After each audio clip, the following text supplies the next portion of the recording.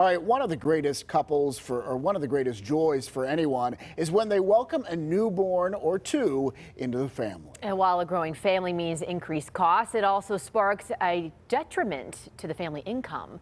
So this morning, John Shumway is here to explain the motherhood penalty.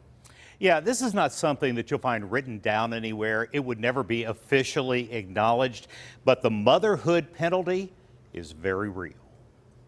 When it comes to mothers in the workplace, the U.S. Bureau of Labor Statistics says while about 71% of mothers with kids at home are working, research has shown that hiring managers are less likely to hire a mother than a woman without children. And then should they gain the employment, they actually are getting paid less. And it's not a dollar or two.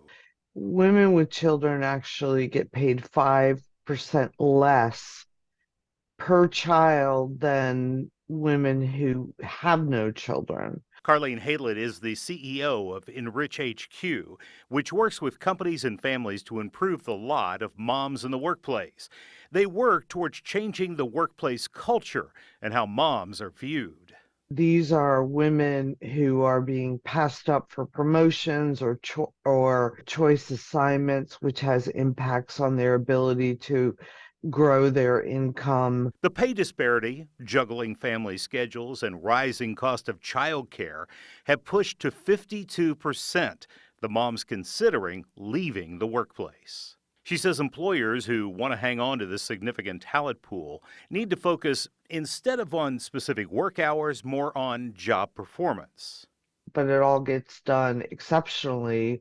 My employer needs to have a culture that accepts that. As well as increase childcare support for kids all the way through high school and offer somewhere for moms to share their challenges and solutions that they've found. Yeah, and Haylett says 35% of couples are spending almost half of their income and savings on childcare, and it's even more critical for single moms. This is a culture issue, and just culture acknowledging it is not enough. There needs to be a system put in place where it's more fair to working moms, and that action needs to come after the acknowledgement.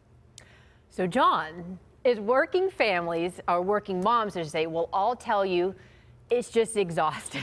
Yeah, which is why it needs to stop in the workplace and not come home.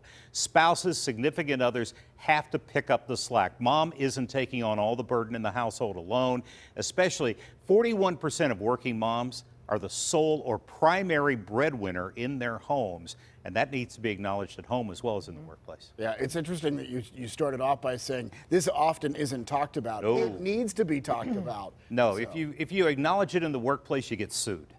yeah. There's that, but of course, me speaking to a lot of moms, they chose to leave work because Right. childcare, that's a big problem. Yeah, and that's Very a lot high. of talent going out of the workplace. Yep. Yep. All right. Good to talk about this. Thanks, John.